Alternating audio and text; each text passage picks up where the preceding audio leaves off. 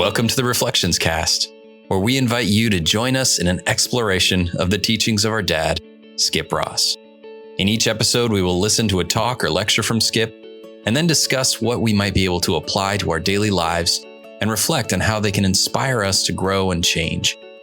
We hope to continue his legacy and join our listeners in finding new insights and perspectives. Here's episode 20, Celebrate and Replace. Well, welcome guys to the podcast. I'm Steve. And I'm Melody. And this is an awesome episode that is going to close a period of time in Dad's talk. In the talk, it's just he's going to bed. But for us, it's been weeks and weeks of studying and investigating into this discussion. And it's closing day 5 of his talk. So there's some really great points in this one, and I'm excited to get into it. But before we do, I want to invite you guys to leave us some feedback. If you enjoyed anything in this episode, please leave us a comment on our YouTube channel, Spotify channel, whatever podcast platform you're listening to us on, or you can leave us a voicemail on Spotify as well if you can figure out how to do that. It's a little technically advanced, but in our profile page, you can leave us a voicemail there, or you can send us an email at thereflectionscast@gmail.com. We'd love to hear from you. Let us know what content you'd like us to explore next, or just tell us that we're doing a good job, or maybe we need to change something. I don't know. Just any feedback is always welcome. So speaking of which, we do have some feedback from our YouTube channel, and I just wanted to address it because I think it's a worthy point of discussion. At the Wheel Fam on YouTube asked, I guess I didn't ask, they just stated, definitely remember the tapes and the cassettes from Skip Ross. And I just wanted to leave a little reminder on that point that a lot of them are still available. If you go to skipross.com and click on the media tab up there, you're going to find a wealth of material of Skip's that's still available, even completely free or with a little cost that goes into maintaining all of those websites and things. And it's a great resource. If you like Dad's work, if you like Skip Ross, check out skipross.com. There's some really great content available for you there. And as well as skipross.com, there's another website that I really love, and that is circleacamp.com/pioneers. Melody, can you tell us a little bit about what that website's all about? I would love to tell you. Pioneer Circle is our community where we are preparing the pioneers of the future. So essentially, our goal with the Pioneer Circle is to resource young people and the families and leaders who support them for their work in the future. And so we have an amazing app. We have daily video messages. We have monthly coaching calls. And we are just building this community for these kids and these families. And it has been so much fun. We have such a great group that is growing, and we are on our way to 100 families. That is the goal. So if you're interested in being a part of this community, we would love to have you check us out, circleacamp.com/pioneers. And also, I'll just mention again that we are having our Circle A Summit this summer, which is not just for the Pioneer Circle. It's for anybody who wants to be a part of a live in-person experience of Circle A. So if you're interested in joining us for the summit, you can also check that out at circleacamp.com. All right. Well, now it's time to get into that teaching with Skip. It's a really great talk about celebrating those goals, replacing them, and getting into the next goal. And also, how do we really deal with the price of accomplishing the goal? All right, guys, let's get into it. Here's Skip. Letter K. Letter K.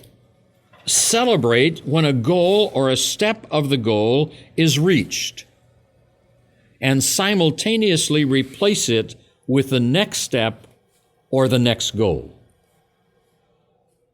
Now, I'll give that to you one more time, because it's a place where a lot of people stumble.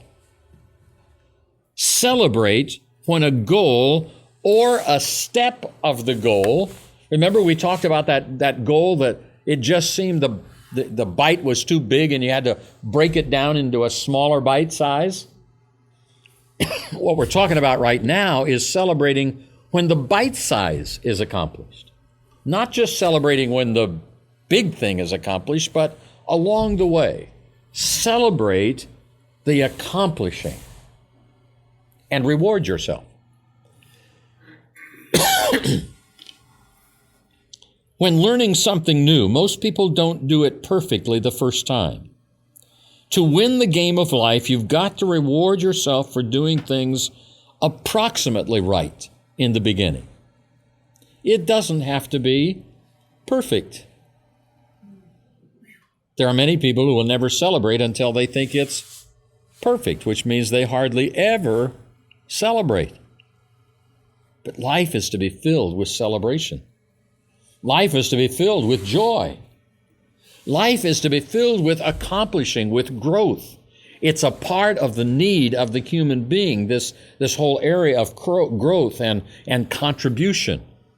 And if we never encourage and reward ourselves for the right steps that we're taking, it won't be long until we'll be headed in a different direction and moving through the negative quandary of the slide to the slough of despond. Awful place to be. If we forget to celebrate the dawn of a new goal, we and those associated with us are likely to experience a major letdown.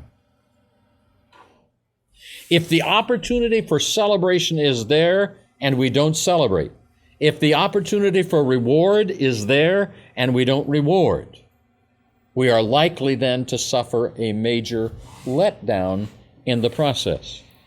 There must always be something on the horizon to be anticipated.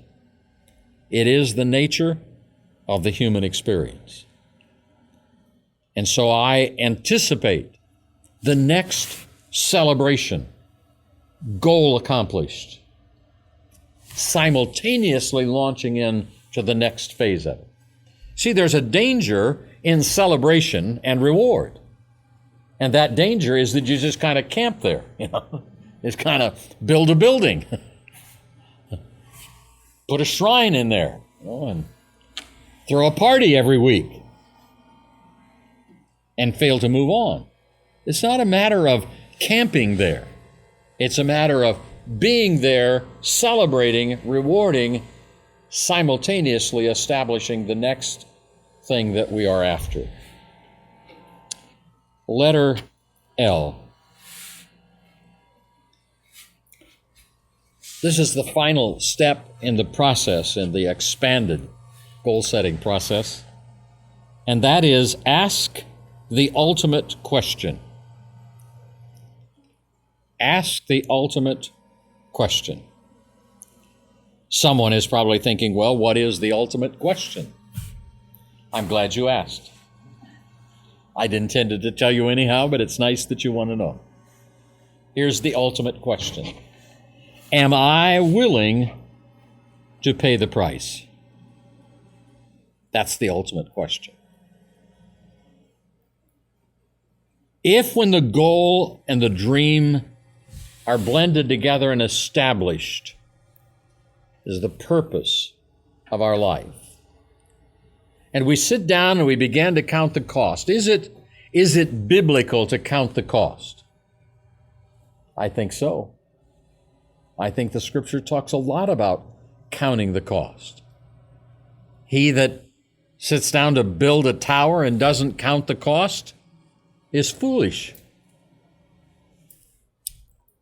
We had such a powerful illustration of that Scripture in Cuyahoga Falls.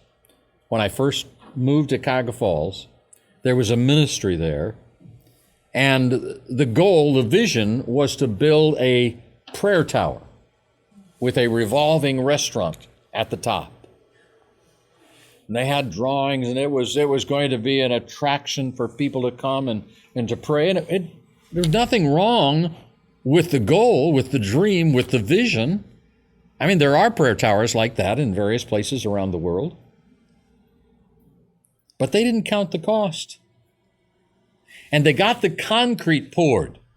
This huge tower, concrete tower, and this thing at the top. and they ran out of money. And it stood like that for the whole time I lived in Ohio. And every time we would go back for years later, it still was a pile of concrete. I don't know. I haven't been by it recently. I know somebody else bought that property and that particular church facility, and I don't know whether they finished the tower or not, or if they just put a stick of dynamite at the bottom and brought it down. But it was poor planning. So if you aren't willing to count the cost, am I willing to pay the price, is the ultimate question. The answer determines the ongoing direction of my life. When I ask myself the question, Skip, are you willing to pay the price to do what you say you want to do? If I cannot come back with the answer, yes, I am willing to pay the price, I need to change the goal. Now, there is, in my opinion, there is room for cheating yourself on both ends of this. There is the cop-out of this that makes you set little tiny goals that don't take much commitment at all. That's not what I'm after. I'm after goals that challenge us. I'm after goals that challenge me. I'm after goals that pull from me all of the potential that my Creator placed within me. But I have to come to face with certain realities. And one of those realities, again, I'll go back to physical conditioning. When we left Better Life Institute, Steve said, you got to keep up these workouts. And I said, okay, I can do that. And then I began to think about winter in Rockford, Michigan. And I asked myself the question, Skip, are you willing at 20 degrees below zero to go run? And I said, no, I'm not willing to do that. Now, I had some experience of being in the barn shoveling processed hay at 20 degrees below zero. I didn't like that. And I wasn't going to do more of it for physical exercise. So I had to make some other arrangement if my goal of being in better physical condition was to be realized.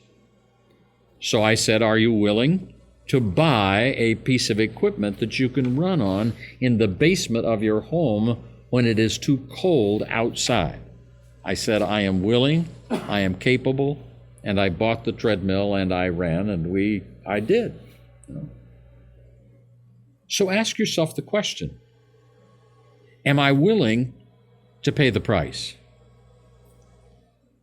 We learn to trust or mistrust ourselves depending on how we answer this question.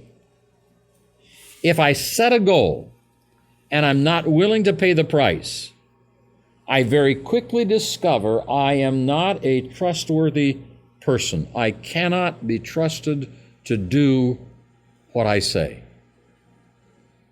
It is seldom, I think, that somebody reasons that out and talks that out and comes to this kind of open conclusion with themselves.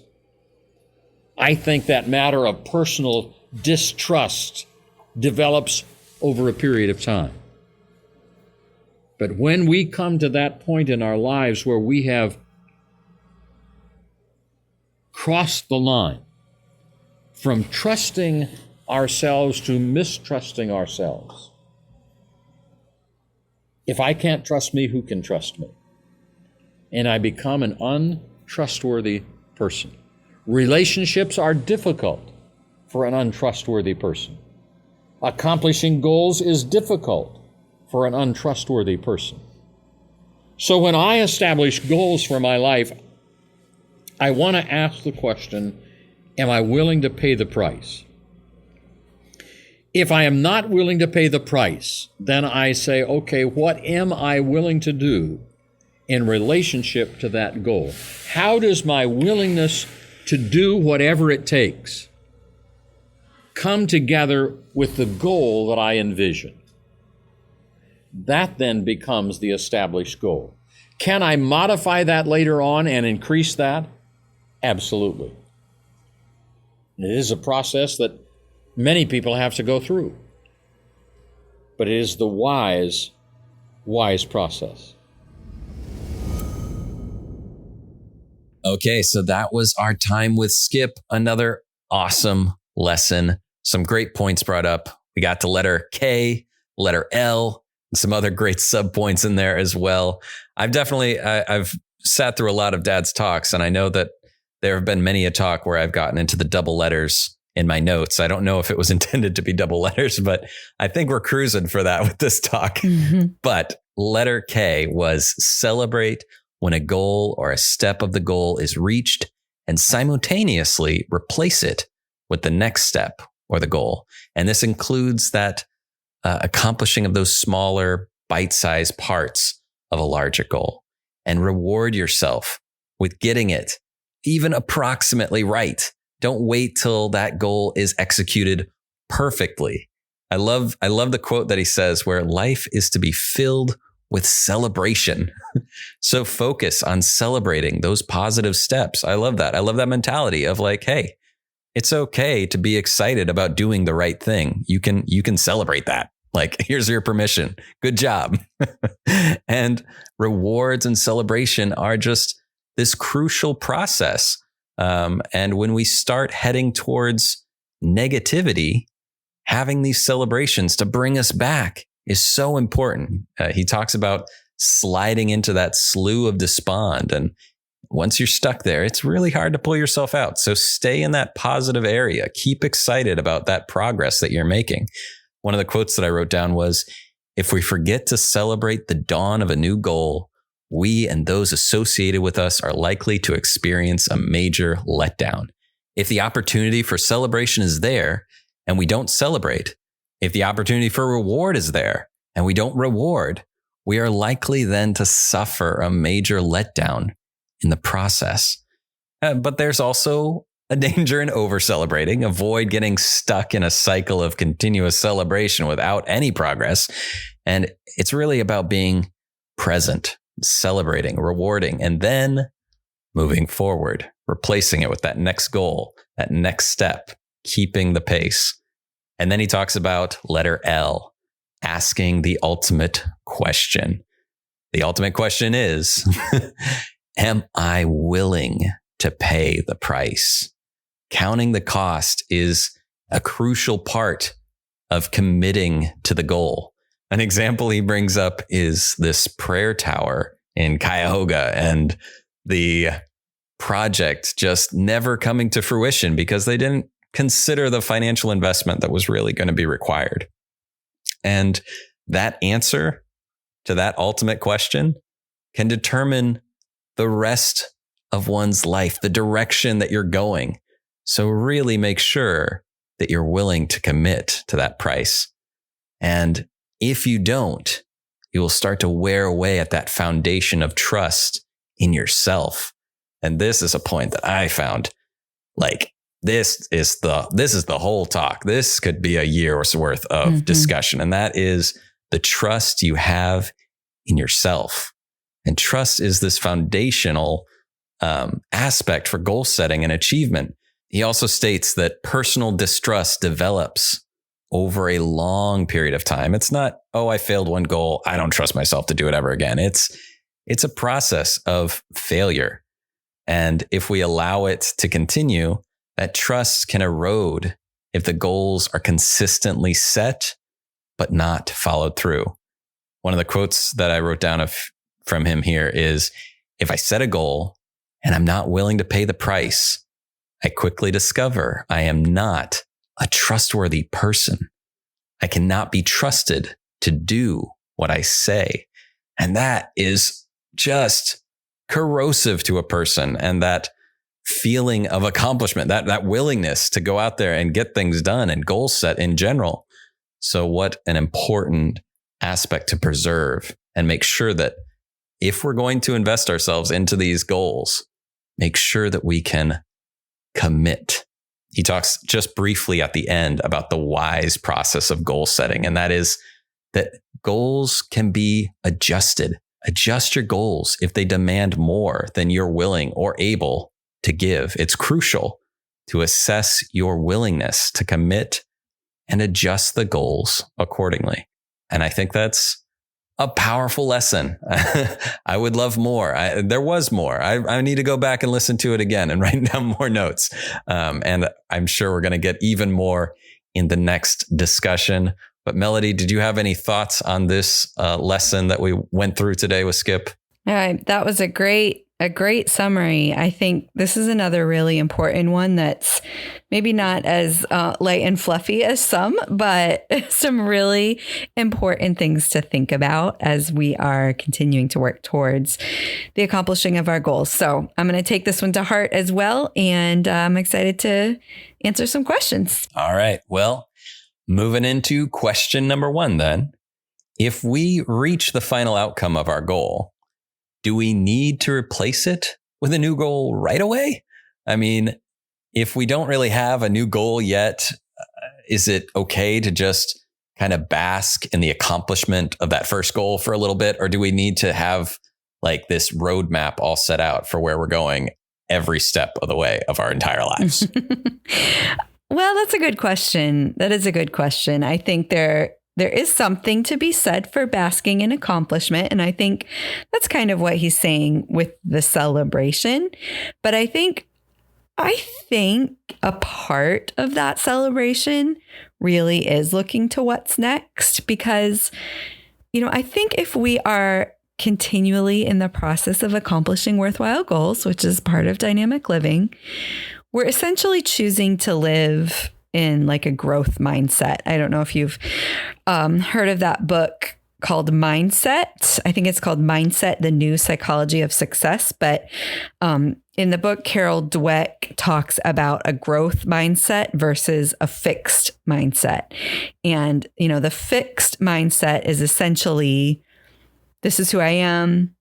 This is what I know. This is what I'm good at. And I'll just always going to be this person. Right. And the growth mindset is just kind of the open-ended, like I can always learn more. I can always become more. I can always do more. And it's just two very different ways of looking at the world and yourself. Right. So if you are a person who chooses to live with a growth mindset, which you likely are if you've achieved a big goal because you moved outside of your comfort zone enough to do that, then you're going to be fueled by continuing in that growth mindset. It's going to become a way of life. So you're going to be energized by thinking about what the new goal is. I think it's really a part of the celebration is deciding, what's the next adventure to have. I love that. And I might not be familiar with the book now, but I'm going to be checking it out. So thank you for the recommendation. It's a good one. And if you guys want to check it out, we have an Amazon affiliate link that helps support the podcast. You can check that out on our YouTube channel and enjoy these book recommendations because Melody is full of them and they're always really great. All right, then. So now question number 2, dealing with this discussion about self-trust. Is there a way, how could we repair the trust in ourselves if we've eroded it? Is it just a matter of reducing our goals until they're more manageable? Or do we need to figure out how to build ourselves up to meet the challenge of the goals that we've been failing to meet? It's a good question. I think that you're asking the right question, which is essentially about repairing trust, because, sometimes when you think about trust being broken, that can feel a little bit like irreparable. Like it can feel like, well, I've broken trust with myself. So I guess I'm just going to be in this fixed mindset now. And so, the growth mindset is the idea of, well, if I've broken trust with myself, then the next step would be to repair that trust so that I can move forward and grow. So I do think, Dad talks about it in this episode, and you mentioned it in the question about, adjusting the goal till it gets to a manageable place. I think really the important part of the trust is that question about paying the price, because there are certain goals that we set that we don't achieve because of circumstances that are very much outside of our control. And in those situations, I don't think we lose trust in ourselves because we're aware enough to know that is something that was outside of my control. For example, and I know I've mentioned this before, but the second marathon that I had trained for, I had run one marathon and spent an entire year training for a second one. 2 weeks before the race, I fell and broke my arm. Now, maybe I could blame myself for that fall and be really hard on myself, but essentially, I didn't really experience that as a failure because I had paid the price. I had paid the price to run that marathon. I had trained every single training run. I couldn't do it because of a circumstance outside of my control. And so I didn't lose any trust in myself in that experience. But if I set a goal to run a marathon and I'm not willing to pay the price of running 3 to 4 times a week for months on end, if that's not something I'm willing to do, that's what erodes the trust. So I think really he's right that this is the question we have to ask is what price are we willing to pay? And if that's only a very small price towards movement outside of our comfort zone, that is okay. I really think it's wise to start small and make it a game. Like John Acuff says, make it fun. Gamify your goal setting to the point where you're waking up in the morning, ready to do your habits and move yourself toward the goal. And I do think that we can quickly rebuild trust if we set ourselves up for success in those small habits and small goals. But I do think the question of what price are we willing to pay is really the essential question when we're thinking about that trust. Awesome. I agree. I think that's a great response. And though I'd like to talk more, I think we got to move on to question number 3. So, question number 3 is, what if we don't know what that ultimate cost is going to be for the pursuit of that goal? I think about an example that Dad brought up a lot in seminar of him getting to meet, I believe it was Mr. Universe. Maybe it was it Mr. America or something? Anyway, it was someone who had achieved a great amount of success in the weightlifting world, had incredible physique. But after his presentation where he showed what amazing muscle control he had, Dad went backstage and was talking to him and he said, was it worth it? And he responded with no, that he had lost his family in the pursuit of this goal.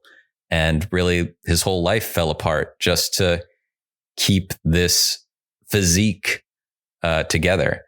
And so when we're talking about knowing what the ultimate cost of a goal is, and then on top of that, putting our trustworthiness in ourselves as a component of that, if we quit the goal, does that mean that we're untrustworthy? Even if we're avoiding an outcome that we didn't want to have happen when we were first committed to the goal. Does that make sense? Yep. Yeah, it does. I think that's an important question for sure. I think this is why a plan of action is so important, because there may be things that we don't foresee, that we can't necessarily factor into our willingness to pay the price. But there is a lot that we can look ahead and see. And I think it starts out with what are the habits that doing this goal is going to require. If it's a business goal, I think of, my experience in the business world and, helping people build our business and, seeing them set goals that are so far beyond what is doable with the hours that they actually have to devote to the project. And it's difficult to see that because, of course, we love positive thinking. We love big thinking. We love pushing outside of our comfort zones. And, I think when we think about paying the price, it's not just a matter of what we're willing to do to get to the goal. It's a matter of what we're willing to not do to get to the goal, like what we're willing to replace our action with. So, in the business example, if a person has to have 5 meetings a day in order to get to their goal at the end of 3 months, and they're working a full-time job, that's not actually humanly possible. So essentially, they would have to quit their full-time job in order to get these meetings done, in order to get to the goal. And that would not be a wise price to pay, right?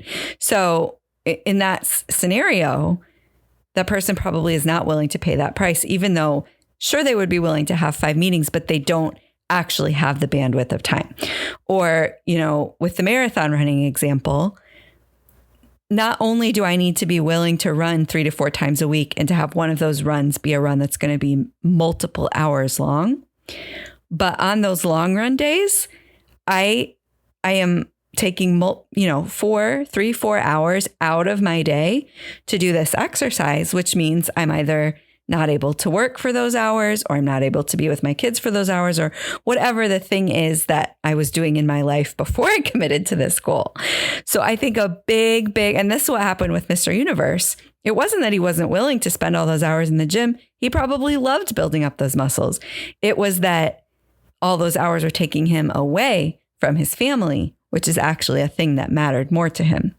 So I think paying the price is not just being willing to do the actions it takes to get to the goal, but also being willing to be aware of what are we going to say no to in order to make space for those actions.